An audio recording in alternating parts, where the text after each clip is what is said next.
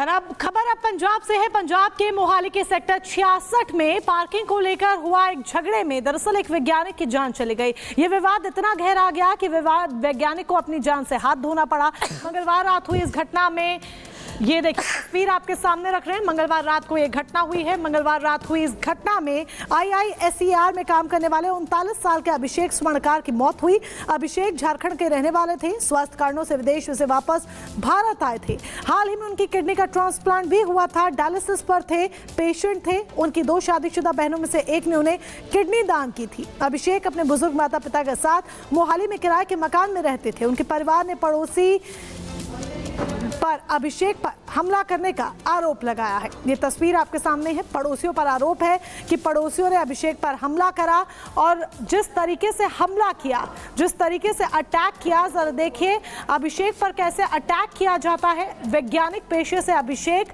Patient भी थे kidney के और उनकी मौत हो जाती है, जान चली जाती है। अपने बूढ़े माता पिता के साथ अभिषेक मोहाली में किराए के घर में रहते थे। और इसी बीच अब आपको बता दें, औरंगजेब की कब्र तोड़ने की मांग तेज हो गई। शिवसेना सांसद नरेश महस्कर ने लोकसभा में कहा है कि औरंगजेब जैसे क्रूर व्यक्ति के लिए मजार की क्या जरूरत है। आखिर ऐसा क्यों कहा जा रहा है, इस रिपोर्ट को देखिए।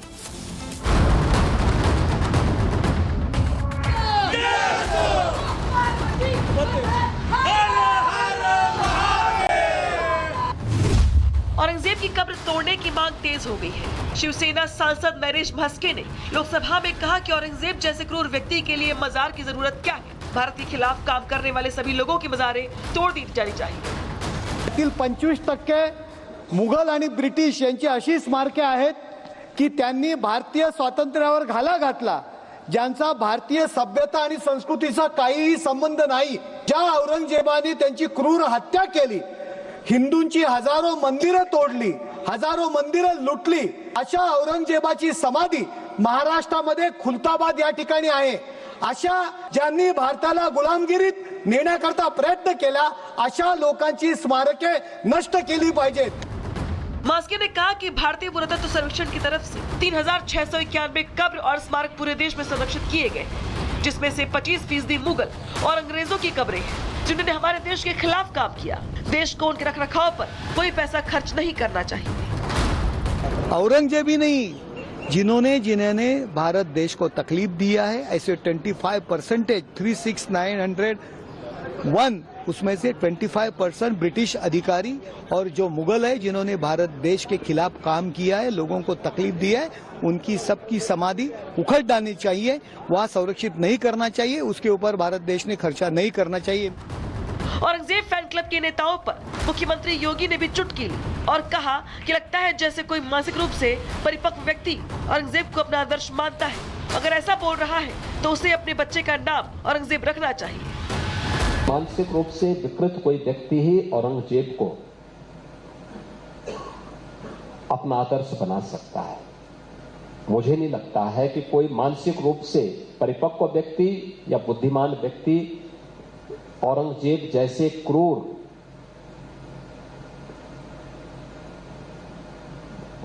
व्यक्ति को अपना आदर्श मान रहा हो। और अगर यह सच है कि वह पूरे अपने विवेक से इस बात को बोल रहा है,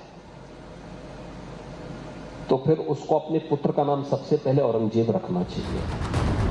गीतकार और पटकथा लेखक मनोज मुंतशिर ने औरंगजेब की कब्र की प्रासंगिकता पर नई बहस छेड़ दी और इसे राष्ट्रीय शर्म का स्मारक कहा।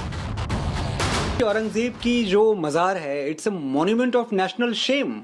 वो ऐसी कौन सी जगह है जिस पे बड़ा गर्व होना चाहिए किसी भी भारतीय को, वो किसी भी धर्म से आए, जाति से आए, किसी भी संप्रदाय से आए, किसी भी प्रांत या भाषा से आए। तो मैं ये कहना चाहता हूं कि औरंगजेब की कब्र तोड़ने की कोई जरूरत नहीं है। आप उस पर शौचालय बनवा दो। स्वच्छ भारत मिशन चल रहा है, हम आजकल पूरी तरह से अपने इकोसिस्टम को लेकर बहुत जागरूक हैं, तो ऐसी जगह तो बननी चाहिए देश में। और शौचालय बनने के लिए औरंगजेब की कब्र से अच्छी जगह क्या हो सकती है। छल करके छत्रपति संभाजी महाराज की बेरहमी से हत्या करने वाले औरंगजेब की कब्र उखाड़ने की मांग लगातार तेज होती जा रही है। हिंदू संगठन संभाजी नगर में इस मांग को लेकर प्रदर्शन कर रही है। मुख्यमंत्री फडणवीस ने भी एक्शन के संकेत दिए हैं। देखना होगा कि आक्रांता की कब्र पर किस दिन बुलडोजर चलता है। Bureau report, Republic Bharat. तो होली और जुमे की नमाज को लेकर यूपी के कई शहर ऐसे हैं जहां पे पुलिस की ओर से फ्लैग मार्च किया जा रहा है। चप्पे चप्पे पर निगरानी है, यानी कि वो लोग जो माहौल को खराब करना चाहते हैं, खराब करने का प्रयास करते हैं, ऐसे लोगों से निपटने को लेकर प्रशासन की ओर से तैयारी पूरी है। शहर शहर में पुलिस फ्लैग मार्च कर रही है। संभल, लखनऊ, नोएडा समेत कई बड़े शहर ऐसे हैं जहां पे पुलिस की ओर से न सिर्फ फ्लैग मार्च किया गया है बल्कि कोने कोने पे पुलिस की तैनाती है। संभल में देखिए मस्जिद ढक दी गई है एहतियात के तौर पर। होली पर जो सुरक्षा है वो कड़ी कर दी गई है। यहां तक कि पीएसी की भी तैनाती यहां पर कर दी गई है। आज होलिका दहन के साथ कल होली है, लिहाजा शांतिपूर्ण तरीके से यहां पे होली मनाई जाए, इसको लेकर प्रशासन अलर्ट मोड पर है। चप्पे चप्पे पर निगरानी है और नफरती जुबानों के जरिए दंगा भड़काने की जो कोशिश करेगा उससे सख्ती से निपटा जाएगा। रिपोर्ट दिखाते हैं आपको।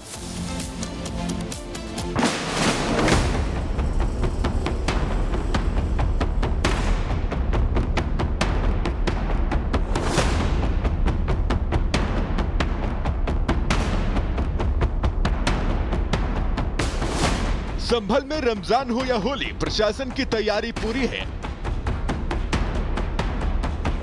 कार्तिकेश्वर महादेव मंदिर में होली मिलन समारोह या फिर होलिका दहन की तैयारी, सब कुछ सुरक्षा घेरे में हो रहा है। नमाज वर्सेस होली का ये राग सबसे ज्यादा संभल में देखने को मिल रहा है। वजह मस्जिद विवाद है, लेकिन योगी की फोर्स पूरी तरह तैयार है।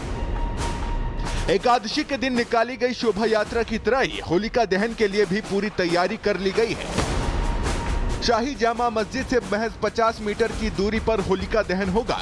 सत्यव्रत चौकी के ठीक पीछे हिंदू परिवार होलिका दहन करेंगे। मस्जिदों को तिरपाल से ढकने का काम भी जारी है।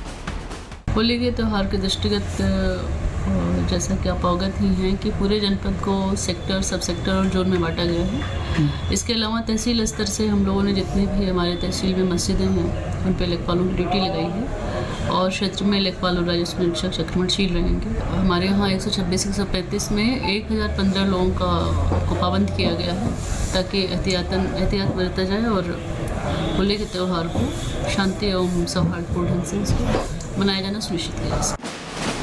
लेकिन दूसरी तरफ नफरती जुबान भी आउट ऑफ कंट्रोल है। मकसद मजहब के नाम पर सियासी रोटी सेकना है। हालांकि इस बीच संभल से सपा के सांसद जियाउर रहमान बर्क का बयान सामने आया है। अब तक उकसावे भड़काने की राजनीति करने वाले बर्क का अलग रूप दिख रहा है।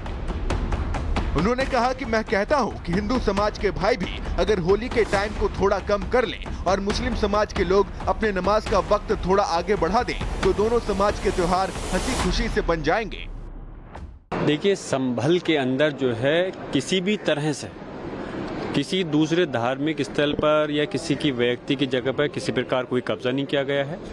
मैं समझ नहीं पा रहा हूं कि मुख्यमंत्री जी को कौन इस प्रकार का गलत उनको समझा रहा है और वो उसकी बात पर भरोसा कर रहा है। इंशाल्लाह सुबह से शुरू कर देंगे हम पहले उधर मेन गेट से शुरू करेंगे क्योंकि इधर जो है वो होली की वजह से तिरपाल वगैरह लगी हुई है, इसलिए उसमें अड़चन आएगी पुताई करने में। हम उधर से शुरू करेंगे। उम्मीद यही है कि एएसआई की निगरानी में रहेगा सब काम या? जी हाँ, एएसआई की निगरानी में रहेगा और उसमें मस्जिद कमेटी की पुताई लगाई और लाइटिंग वगैरह सब कुछ कराई गई। बहरहाल संभल में होली पर सियासी रोटी सेकने की कोई कितनी भी कोशिश कर ले, लेकिन योगी की सेना तैयार है। किसी भी तरह से रंग में भंग डालने वालों को बख्शा नहीं जाएगा। कल सीएम योगी ने एक बार फिर से संभल का इतिहास याद दिलाकर लोगों को आश्वस्त